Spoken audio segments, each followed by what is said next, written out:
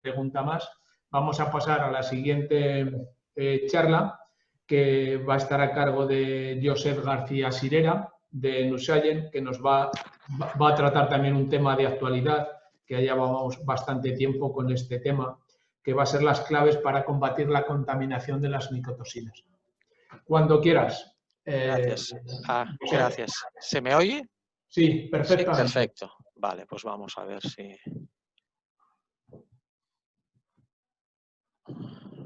Pongo en modo... Sí, ahora ponlo en modo presentación. ¿Sí? ¿Así? Sí, perfecto. Vale, perfecto. Vale. Bueno, pues muchas gracias a Sepor por invitarnos a Nuscience y concretamente a mí. La verdad es que yo personalmente llevo bastantes años con el tema este de las micotoxinas. La verdad es que curiosamente, todo y que yo soy de aquí, soy de Barcelona y tal, pero curiosamente en España la verdad es que no, la compañía originariamente es una compañía americana, pero que fue absorbida por el grupo Agrifilm. Y la verdad es que en España sí estábamos y tal, pero la verdad es que no.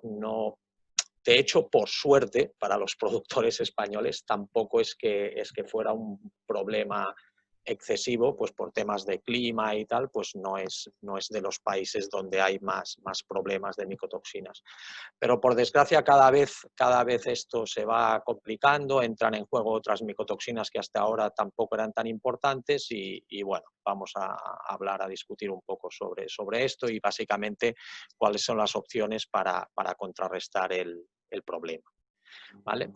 Entonces, bueno, una pequeña introducción que la mayoría de vosotros ya lo sabéis, lo que son las micotoxinas, son metabolitos secundarios de los hongos, hay muchísimas que se han sido descritas, identificadas, pero normalmente, especialmente para cerdos, las que nos ocupan más pues serían el DON, la vomitoxina, la ceralenona, ocratoxina, la AFLA en el caso de cerdos no es muy problemática y una que en los últimos años va tomando más y más importancia es la fumonisina. ¿Vale? Básicamente, bueno, una contaminación de micotoxinas pues normalmente ya se da a nivel de campo, en cuanto está creciendo el grano ya hay la contaminación de los hongos que empiezan a producir micotoxinas y puede aumentarse si el almacenaje pues no es el ideal y ahí sobre todo en condiciones pues de temperatura y de humedad y tal, puede haber un incremento de algunas micotoxinas. Hay algunas micotoxinas que solamente se dan a nivel de cosecha, a nivel de campo, pero otras se pueden ver aumentadas a medida que vamos almacenando.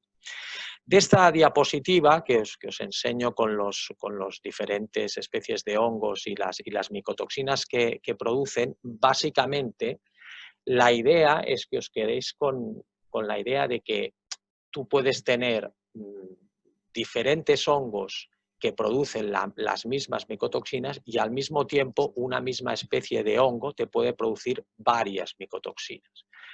Y esto es importante porque básicamente la idea es que en la naturaleza prácticamente nunca, si hacéis un análisis completo de micotoxinas, prácticamente nunca vais a encontrar perdón, solamente una micotoxina.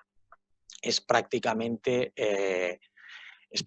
imposible. Sí habrá, naturalmente, dependiendo de si hay un hongo u otro, pues habrá una micotoxina u otra más prevalente, pero nunca vais a encontrar solamente una micotoxina. Y esto es importante, por lo que hablaremos un poquito más tarde. Básicamente lo que os decía, hay algunas micotoxinas, concretamente las del género Fusarium, que la contaminación se da en el campo, no se da posteriormente. O sea, la contaminación que puedas tener ya viene en el momento de la cosecha, pues si el hongo ha producido micotoxinas, es un hongo que no acostumbra a crecer en almacenamiento y tal. Las otras especies, por ejemplo, Aspergillus o Penicillium, sí que se da en almacenamiento y en el transporte, e incluso pues en la planta de alimentos y en la y en la granja, por supuesto, pues porque es lo que se les llama un tipo de hongos de almacenamiento. Bueno, cuando estamos hablando de micotoxinas, bueno, hay gente que discute bastante, bueno, pues cuál es el mejor método, si utilizamos un HPLC, si utilizamos un kit de ELISA, cada uno tiene sus características. El HPLC pues es más preciso, es más costoso, normalmente es más lento,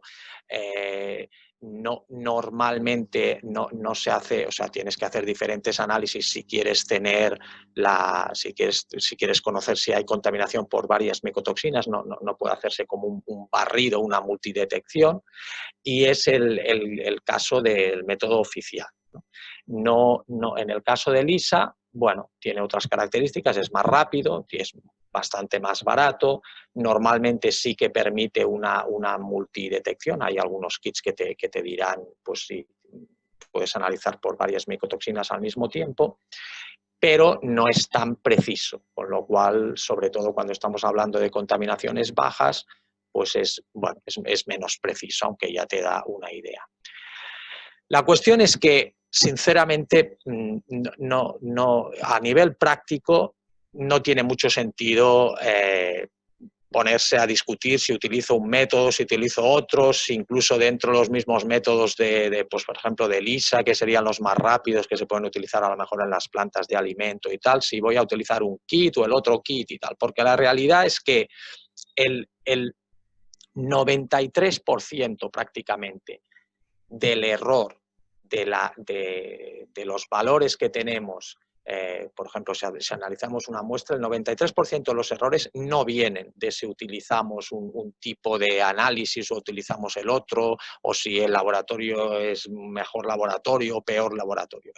Prácticamente el 93% viene del error del muestreo. O sea, cuando la gente, hablamos con gente y dice, no, mira, es que yo no tengo, mira, yo pues sospechaba de un problema de micotoxinas, pero la verdad es que hice el análisis y pues no, la verdad es que no tenía micotoxinas. Digo, bueno, no es que no tuvieras micotoxinas, no había micotoxinas en la muestra que analizaste, que no es lo mismo que decir pues en tu silo o en el camión que venía y tal. Y el problema es, bueno, porque tomar una muestra representativa que sea suficientemente buena para que podamos extrapolar el resultado que nos dé del análisis de esa muestra a lo que es todo el silo o todo el camión o toda la fabricación, el lote que hayamos fabricado, es muy complicado. Por la propia distribución de las micotoxinas no es nada uniforme, hay como diferentes bolsas, la distribución de los hongos y la propia micotoxina hace que tomar una muestra representativa sea muy complicado. Luego hay otros problemas también, que aquí está representado, que hasta hace unos años no se conocían, ahora ya cualquier laboratorio mínimamente decente ya lo sabe, que hay el problema de lo que se llaman las micotoxinas enmascaradas. Concretamente, por ejemplo, en el caso de la fumonisina, si no se preparaba bien la muestra, había una cantidad de fumonisina que no estaba de manera libre, sino que forma un complejo con alguno de los carbohidratos del cereal, y esa parte de micotoxina ligada no se detectaba. Pero es que el problema es que esa parte puede llegar a ser 2/3 partes. O sea, si tú detectabas un nivel a lo mejor de 1 ppm de fumonisina, resultaba que en realidad tenías 3, porque la que detectaba solamente era la libre, que sería en este caso pues la azul, ¿no? Pero tenías en realidad dos veces más de lo que es esta ligada, que para poderla detectar primero hay que hacer todo un proceso de liberación de que la molécula hay que liberarla del complejo este que está formando con los carbohidratos para que pueda ser detectado por el método de análisis, ¿no?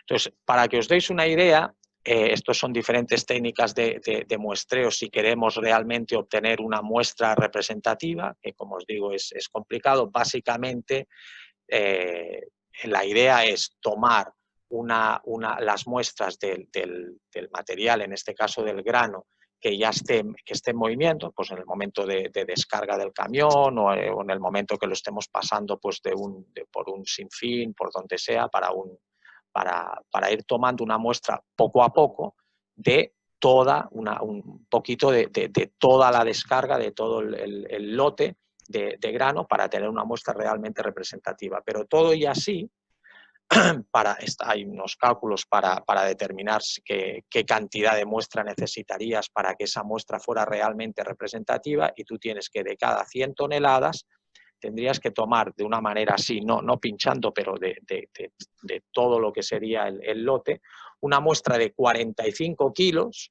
Esos 45 kilos habría que mezclarlos, etcétera, y sacar lo que se le llama una submuestra de estos 45 kilos de 1 kilo, y ese kilo es el que deberías llevar al laboratorio y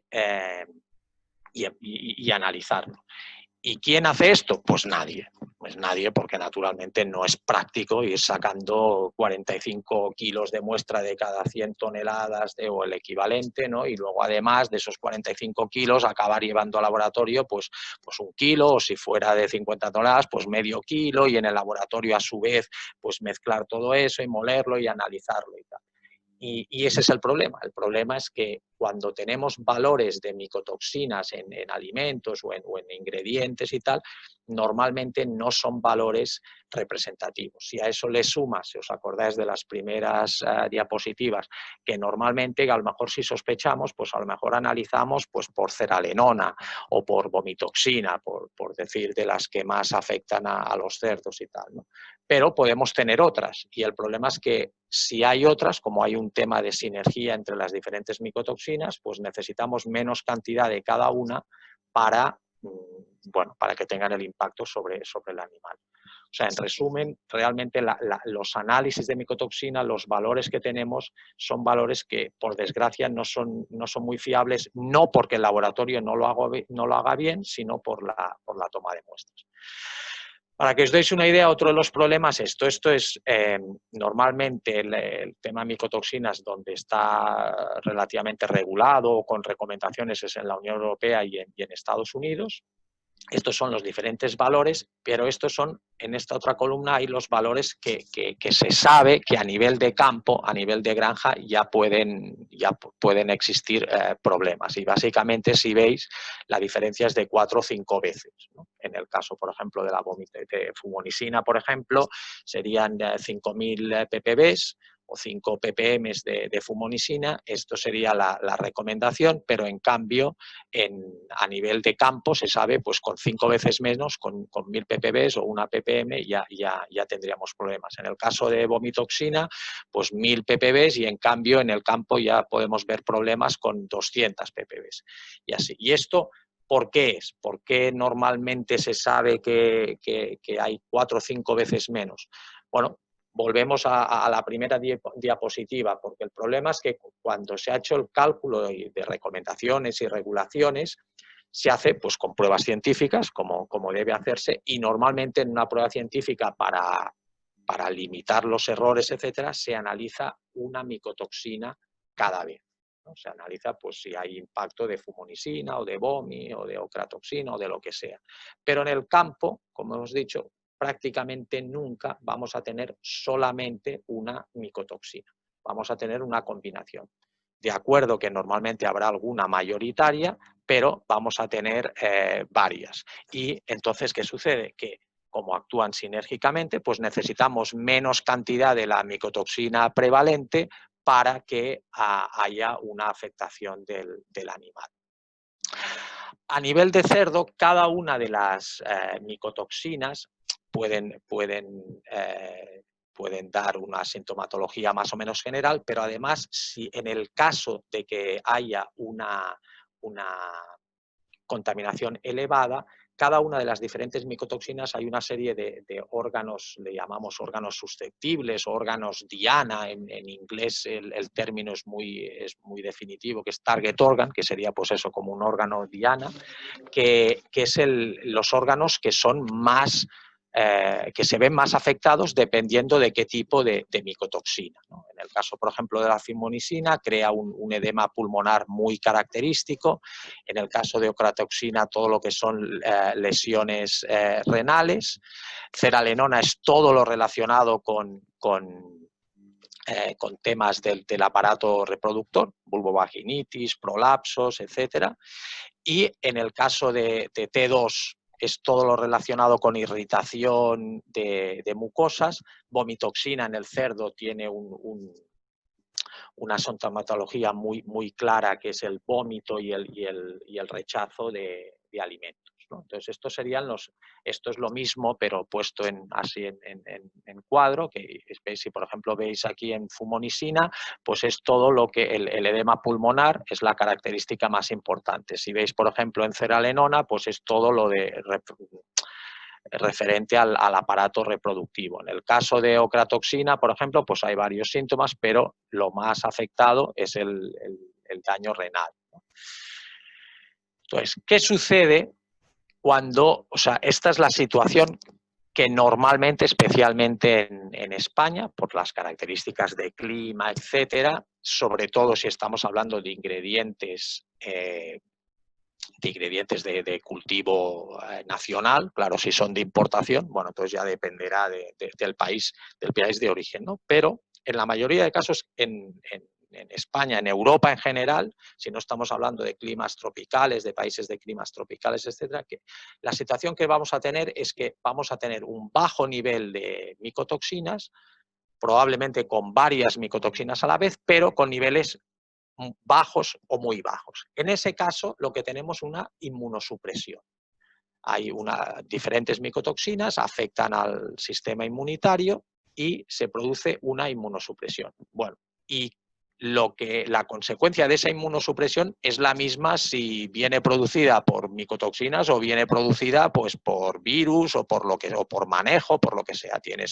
O aumenta la reacción a las vacunas, normalmente a lo mejor no nos funciona bien el plan de vacunación que estemos utilizando, como el animal está inmunosuprimido necesitamos más antibióticos, etcétera, para tratar las diferentes enfermedades que tengamos en la granja, y el resultado es pues que hay un crecimiento que no es uniforme y que además los índices de productividad pues son bajos.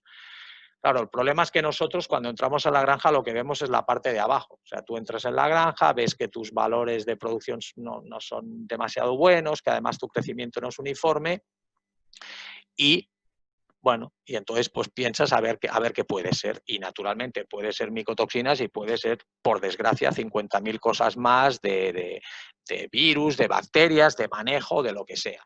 Si por lo que sea tú sospechas, mira, esto pues es un cuadro que podría venir por un tema de inmunosupresión y tal, pues resulta que incluso, pues yo qué sé, pues acá hace poco que has estado en esta charla o tienes, por la razón que sea, tienes presente el tema de micotoxinas y se te ocurre sospechar de micotoxinas, pues a lo mejor irás y tomarás muestras y analizarás para micotoxinas, ¿no? ¿Y qué sucede? Que normalmente no vas a poder, porque a nivel práctico es complicadísimo, no vas a tener una muestra representativa e incluso planteándose que sea por micotoxinas, que probablemente no es la primera opción que vas a plantearte, incluso así vas a ir a hacer el análisis, haces el análisis, a lo mejor analizas solamente para una o dos, resulta que no es la prevalente en ese caso y te da un valor muy bajo, con lo cual descartas el tema de micotoxinas cuando en realidad puede ser que sí que te viniera por ahí el problema o que fuera parte del problema, ¿no? Entonces, a nivel práctico, realmente un diagnóstico en el caso de bajo nivel de micotoxinas es complicado. Esto es para que os deis una idea, la influencia de las micotoxinas en un tema de inmunodepresión en cerdos, pues las diferentes micotoxinas, la vomitoxina, por ejemplo, afecta a la producción de inmunoglobulinas, la fumonisina tiene también una reducción de la formación de linfocitos. De hecho, hay una serie de trabajos que se ha visto una correlación de presencia de fumonisina con incidencia de PIRS y de circovirus en general. Y la cearalenona también afecta a la producción de linfocitos y al T2. Os menciono estas tres porque realmente son las que en cerdos sobre todo últimamente es las que se afecta más y además las que son también porque el cerdo es más susceptible a ellas, ¿no? Esto es solamente para daros una idea, esto es parte de una diapositiva que se dio en un simposium en Argentina hace un par de años, creo.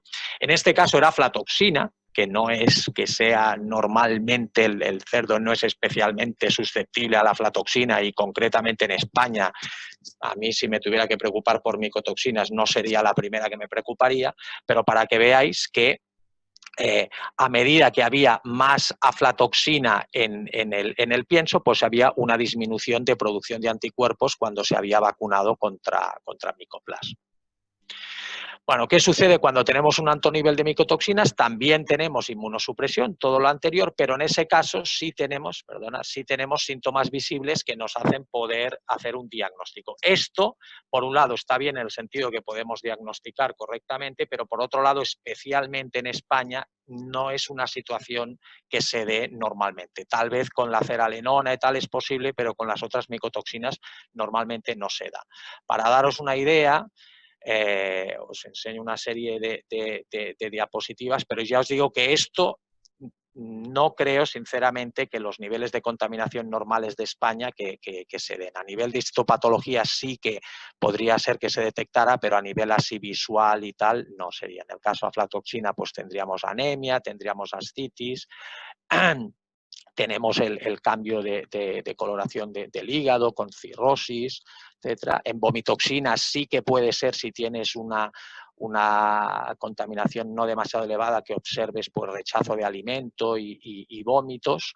En el caso de la vomitoxina hay una disminución del tamaño del hígado y la ceralenona ahí sí que es posible que en algunos casos pues podáis ver pues eso, vulvovaginitis, vulvas rojizas en lechones, etc.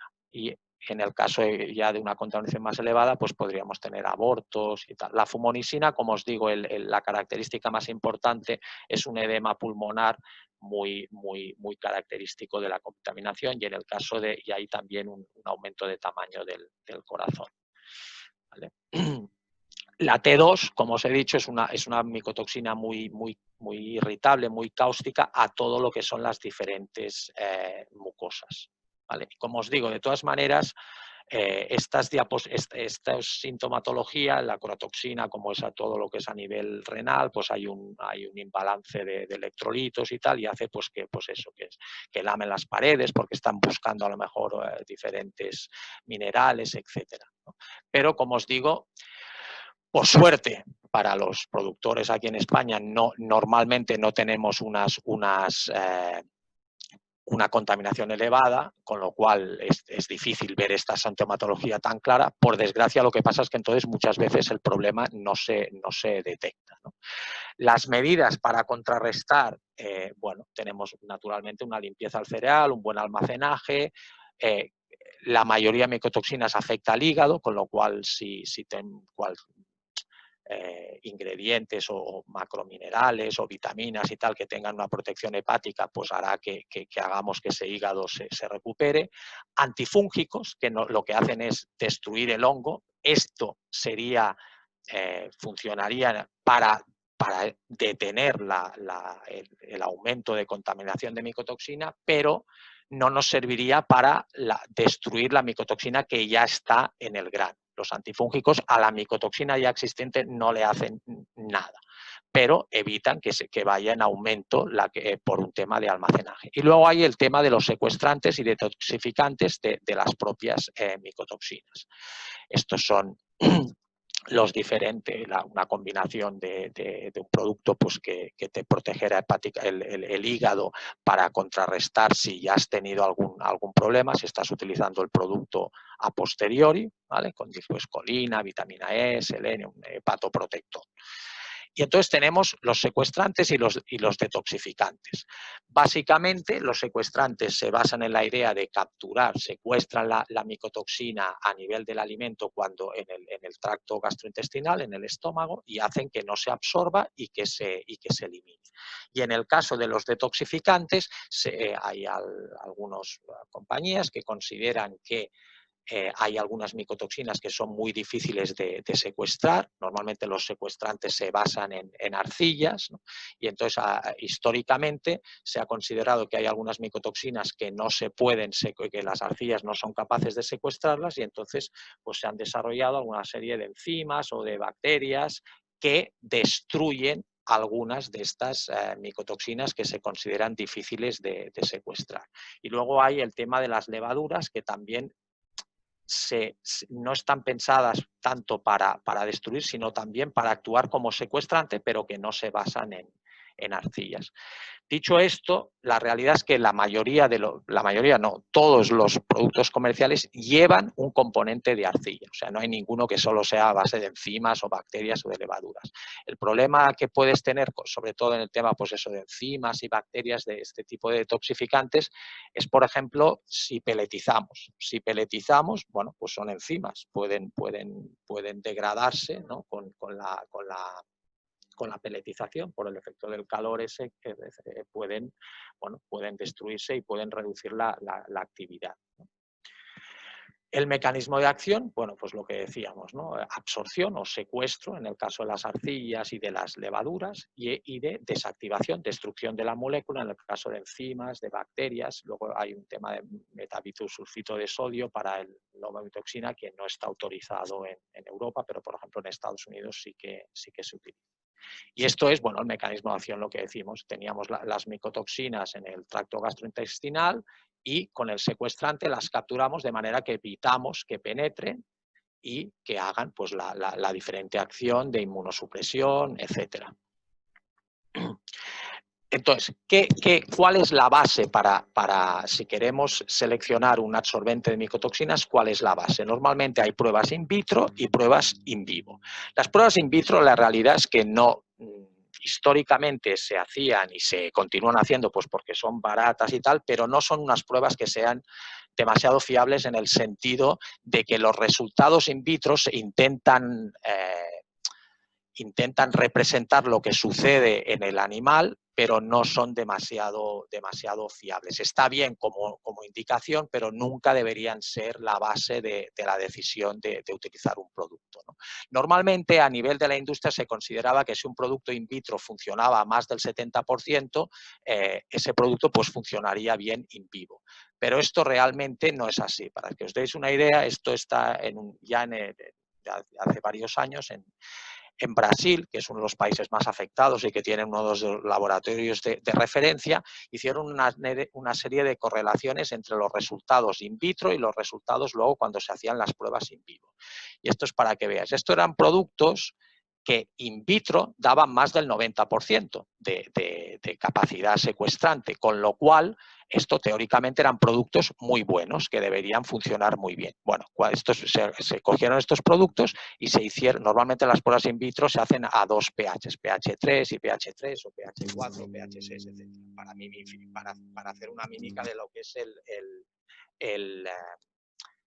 el pH del estómago y luego del intestino, porque la idea es que el producto capture la micotoxina cuanto antes posible, pero que luego no la libere y la continúe teniendo secuestrada hasta eliminarlo por las heces. Bueno, pues para que veáis aquí los productos que teóricamente tenían que funcionar muy bien in vivo, porque in vitro funcionaba muy bien, pues un 30-40% de esos productos cuando se hizo la prueba in vivo no funcionaban. O sea que la prueba in vitro realmente no reflejó lo que luego dio el resultado in vivo. Y al revés, había productos que, por ejemplo, a pH 6, que teóricamente daban menos del 70%, o sea, productos que teóricamente, según la prueba in vitro, no debían de funcionar, y en cambio sí funcionaron a nivel de in vivo, que de hecho es lo que quiere el granjero. Claro, el granjero quiere que le funcione in vivo, lo que el vitro no le importa en absoluto, es solamente una referencia. O sea, la conclusión es que si os dan resultados in vitro, bueno, pues está muy bien, es una idea, es una indicación, pero siempre tenéis que pedir las pruebas, resultados in vivo con los, bueno, en este caso con cerdos, ¿no? O si son producciones de otras especies, pues con cada una de las especies, con cada una de las micotoxinas. Y el tipo de de prueba in vivo que debe hacerse, y esto es importante, cuando tenemos que demostrar que el producto realmente está actuando como secuestrante de micotoxina o como detoxificante de micotoxina. Si os acordáis, esto es los diferentes órganos susceptibles de cada una de las micotoxinas. Entonces, según qué micotoxina queramos comprobar si el producto funciona o no, nos tenemos que ir a ver si ese producto, o sea, si esa prueba in vivo afecta a los diferentes órganos que son más o menos susceptibles para cada una de las micotoxinas. Por ejemplo, os enseño uno como ejemplo. Esto es una prueba que se hizo para demostrar el producto si funcionaba contra fumonisina en cerdos, ¿vale? Si vosotros veis aquí, normalmente, ¿qué se hace? En este caso, como lo que se quiere es provocar el daño en el animal, provocar la patología para poder comprobar si el producto funciona o no, pues se dan dosis que normalmente no las encontraremos, especialmente en España no se encontrarían, pero como lo que creemos es crear la patología para poder comparar, pues se daban dosis altas, ¿no? ¿Qué sucede? Si nosotros miramos grupo control, sin fumonisina, sin producto, grupo con la fumonisina, como veis una dosis elevada, 6 ppm, 6000 ppb, y luego la fumonisina junto con el producto que se estaba probando. Si miráis aquí, que esto es lo que sucede muchas veces se hacen pruebas de estas con valores bajos de micotoxina y solamente, como no se puede crear la patología, no se puede comparar, solamente nos dan resultados de producción. Bueno, pues ganancia media diaria, consumo, índices de conversión, y ahí te dicen, mira, ves, pues está funcionando, pues porque ves el grupo control, si esto fuera aquí una cantidad menor, pues mira, ves, cuando en el caso de que le damos el producto, pues va con niveles del control, etc. Esto, que está muy bien y que demuestra que el producto está funcionando, en realidad, si solamente mirásemos estos 3 parámetros, bueno, esto podría ser un secuestrante o podría ser un promotor. Porque al final, si lo único que me estás mirando son resultados de crecimiento y de producción, bueno, a mí quién me dice que, oye, que yo qué sé, que le estoy metiendo a lo mejor un antibiótico o lo que sea, que hace que el animal esté mejor en general y por lo tanto me funcione mejor que sin el producto. Sobre todo si la dosis de micotoxina que le estoy dando es una dosis baja, que no puedo observar una patología. Entonces, ¿qué sucede? Cuando estamos hablando de fumonisina, tenemos que ir a mirar, si os acordáis de esta diapositiva, en el caso de fumonisina, ¿cuál es el órgano susceptible? En este caso, normalmente los pulmones, hay un edema pulmonar, o en el caso de la fumonisina es una de las pocas que tiene un marcador en sangre, que es el ratio esfingosina-esfingonina, que está descrito como un ratio que se ve afectado directamente por la fumonisina. Bueno, y aquí es lo que fueron a ver. El ratio esfingosina-esfingonina. En el caso de control, 0,38. En el caso de fumonisina prácticamente se dobla ese ratio y en el caso de la fumonisina con el producto, el ratio vuelve estadísticamente a los valores del control. Este ratio, el hecho de que te compense el efecto de la fumonisina, esto sí que te está demostrando que este producto es un producto que está actuando directamente contra la fumonisina. No es un promotor o un antibiótico o lo que sea. No solamente te está mejorando los resultados de producción, sino que te está actuando a nivel directamente contra la fumonisina. Esto también, para que os hagáis una idea, estos son algunos de los pulmones de algunos de los animales de la prueba. En el grupo control, la relación de peso del pulmón con el peso total era de 6,17. En el caso de la fumonisina estaba un 50% más y además ya se ve así más hemorrágico, etcétera. Y en cambio, en el caso de la fumonisina con el producto, perdón, sí se observa que vuelve a niveles del grupo control. Esto, que el edema pulmonar, el aumento de peso del pulmón con hemorragia, etcétera, es una característica que define una contaminación por fumonisina. Entonces aquí sí que se está demostrando que el producto está actuando contra la fumonisina. Este es el tipo de pruebas que tenéis que mirar para poder determinar si un producto realmente es un secuestrante de la micotoxina en particular que estéis observando. En este caso, esta es otra prueba, para dar una idea, esta es una prueba que se hizo con una combinación de ceralenona y de vomitoxina. Esto era un maíz que estaba ya naturalmente contaminado, por eso era normal pues, que hubiera estas dos juntas, que no fuera solamente de una, son dosis altas, ¿vale? Y también ganancia de peso, consumo, ¿vale? Se ve que hay una diferencia. En el caso de utilizar el producto, pues se vuelve significativamente a valores del grupo control, con lo cual, muy bien, esto nos da una indicación de que el producto está funcionando, pero no es suficiente. Esto solamente son valores productivos. Tenemos que ir a mirar, en el caso de la ceralenona hemos dicho que todo lo que eran los órganos reproductivos era el órgano susceptible de contaminación por ceralenona, y en este caso lo que se miró fue el peso de los órganos reproductivos. Se ve que hay un aumento de peso en el caso del grupo que tiene la contaminación, y en el caso de utilizar el producto no consiguen reducir del todo el efecto de la micotoxina porque son valores muy elevados, pero sí que tienen valores mucho mejores que no los del grupo solamente con la micotoxina. Y en el caso del tamaño de la vulva, pues aquí también se ve, esta es la gráfica de solamente contaminados, sin ningún tipo de producto, y este es del grupo control y del grupo control con el producto, ¿no? Analizando la sintomatología producida por el caso de ceralenona. Y en el caso de ON, de vomitoxina. 5 minutos, Josep. Sí, ya está, ya. Gracias. En el caso de vomitoxina, aparte del consumo de alimento, que lo veía, que sí que el consumo de alimentos sí que es una definición de la vomitoxina, ¿no? Entonces, por ejemplo, en este caso, mirar consumo de alimento aquí a nivel de los parámetros reproductivos sí que tiene sentido, porque el consumo de alimento es una de las características de vomitoxina. Pero además, la vomitoxina, en el caso del hígado, curiosamente, en lugar de producir una hepatomegalia, que es lo que producen muchas de las micotoxinas, en el caso de la vomitoxina hay una reducción del tamaño del hígado, y esto es lo que miraron en este caso también. Este es el grupo control, este es el grupo con la contaminación de micotoxinas, se ve una reducción significativa del tamaño, y en el caso del grupo que tenía la micotoxina muy elevada, pero con el aditivo,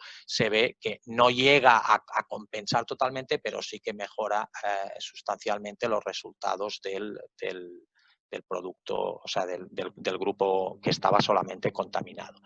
En conclusión, cualquier dieta contiene micotoxinas, es imposible que no haya una cierta contaminación natural. Sobre todo va a contener más de una micotoxina. El diagnóstico en especial en una situación de aquí de Europa y en concreto de España por el clima y es complicado, porque normalmente nos encontramos en una situación de baja contaminación y detectar una inmunosupresión y relacionarla con las micotoxinas es complicado. Entonces, lo más práctico y lo más fácil es utilizar un buen secuestrante, pero lo que determina un buen secuestrante es que se tengan resultados de pruebas in vivo. Las pruebas in vitro pues están bien como referencia y tal, pero lo que necesitáis es pedir que os den resultados de pruebas in vivo y resultados de pruebas in vivo que demuestren que el producto realmente está actuando contra la micotoxina en particular, no solamente una mejora de resultados productivos generales, que podría ser que fuera otro producto que realmente lo que compensa es la sintomatología, pero no que esté actuando directamente contra la micotoxina. Y ya está, con esto concluyo. Espero que, no sé si me he pasado de tiempo o no, pero espero que si me he pasado, no me he pasado mucho. Y ya está. Nada, gracias, Josep. No hay ningún problema, creo que vamos relativamente bien de tiempo. Gracias por tu presentación, creo que ha sido una revisión exhaustiva también, y gracias por las recomendaciones. Tenemos algunas preguntas. Y entonces, de Pablo Conde, hay dos preguntas. ¿Qué opinas de las endotoxinas? Sí, ¿Y qué opinas? Bueno, de las endotoxinas daría para otra presentación. Sí, las endotoxinas es cierto que hay algunos, sobre todo los secuestrantes, claro, porque los detoxificantes solamente van contra la micotoxina para lo que estén diseñados. En el caso de endotoxinas, sí es cierto que hay algunos secuestrantes que las endotoxinas comparten a nivel de molecular un poco el tipo de molécula comparte con algunas de las micotoxinas, entonces es posible que alguno de los secuestrantes, en el caso de Vitafix, por ejemplo, de NuScience, pues sí es cierto que hay alguna que pueden actuar también contra endotoxinas. De nuevo, bueno, tienes que tener pues, resultados in vivo, etcétera. Claro, las endotoxinas es una cosa, son más sencillas de detectar y, o sea, más sencillas de detectar la sintomatología, ¿no? Porque, bueno, es una gram negativa, que además puede ser que tengas el problema en granja, no que te venga del alimento, sino que lo tienes pues porque el animal tiene un problema a nivel intestinal, ¿no? Pero sí, hay algunos secuestrantes que te podrían servir para cubrir los dos problemas de endotoxinas y problemas de micotoxinas al mismo tiempo. Sí. Hay otra pregunta, esta es un poquito más comprometida. Dice, ¿hay algún mecanismo legal para denunciar a integrador o cooperativa si se demuestra que hay micotoxinas? A ver, sí, a ver. De hecho, las micotoxinas, el valor legal, o sea, que sea una limitación legal, es solamente la aflatoxina. La aflatoxina es la única que está regulada legalmente y a un nivel muy bajo, 20 ppb, básicamente porque en el caso de vaca lechera, pues entonces puede derivar en una contaminación de la leche. Lo otro, a nivel europeo, son recomendaciones que probablemente se convertirán en por ejemplo, pues las 1000 ppb de fumonisina y tal, es una recomendación. La Unión Europea recomienda que no se sobrepasen estos valores, etcétera. Pero no es una norma legal que si tú pues, te pasas de esa recomendación, bueno, legalmente, de hecho, puedes estar utilizando ese pienso. Entonces, en el caso de AFLA, sí. En el caso de AFLA, si tú demuestras que ese pienso está por encima de los valores legales, teóricamente ese pienso no. Y además tiene que destruirse. No se puede mezclar con pienso limpio, por llamarlo de alguna manera, y reducir la media y tal. No, hay que destruirlo. Pero legalmente, de momento, es solamente aflatoxina. De acuerdo. Y la última, ¿cómo se contamina el pienso para pruebas in vivo y quién lo hace en España? Sí, depende. Normalmente, si no te quieres gastar, bueno, ya es costoso, por eso de hecho no se hacen tantas pruebas in vivo. Normalmente lo que se hace es una de dos, o por la razón que sea, que de hecho es lo ideal, yo qué sé, pues en alguna, por ejemplo, no sé, nosotros hacemos pruebas en varios países, pero por ejemplo en Canadá, por la razón que sea, casi cada temporada de cosecha de maíz encuentran partidas de maíz contaminados con vomitoxina y con ceralenona, ¿no? Entonces, pues si tú tienes una cosecha de maíz en alguna granja que tiene unos niveles muy altos, que precisamente no los vende pues porque está demasiado contaminado, normalmente las universidades o así los compran para poder mezclarlo con la dieta control y obtener la contaminación que quieras para hacer la prueba. Este tipo de contaminación normalmente hace que sea más de una micotoxina al mismo tiempo porque, como os he dicho, de forma natural normalmente no vamos a tener una contaminación única. Pero lo más normal es que hay varios centros, varias universidades que lo que hacen es a nivel de laboratorio de micología, pues crecen, o sea, cultivan hongos que producen las micotoxinas, ¿no? Y entonces, bueno, tienes una cantidad de micotoxina natural y lo que haces normalmente estos hongos, estos cultivos de hongos ya los hacen con una base pues de maíz o lo que sea y te dan pues un concentrado de micotoxinas que tú lo mezclas con la dieta control hasta obtener pues la dosis, o sea, la contaminación de micotoxinas que tú quieras. Luego el último caso que podrías llegar a plantearte es hay disponibles micotoxinas sintéticas, pero cuestan muchísimo. Entonces, hacer una prueba de consumo, o sea, de alimentar al animal con micotoxinas sintéticas, normalmente el coste sería prohibitivo.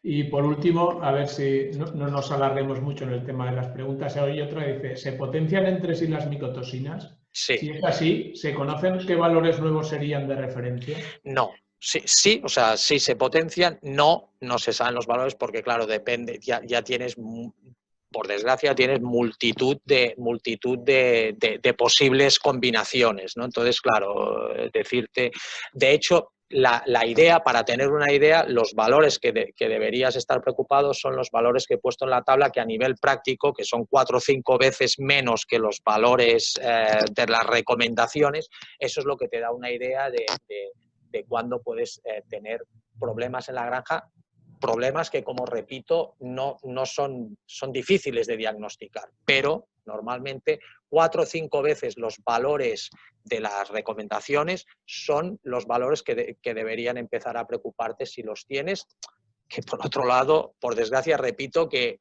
tampoco sabes si los tienes o no, porque a nivel de la toma de muestras es complicado, ¿no? Entonces, a nivel práctico, sinceramente, lo mejor es intentar encontrar un producto que realmente funcione y utilizarlo a nivel preventivo, y es muchísimo más barato y más práctico que intentar determinar lo que tienes y qué combinaciones tienes, y etcétera, etcétera. Muchas gracias, Josep. Vamos a pasar a la siguiente.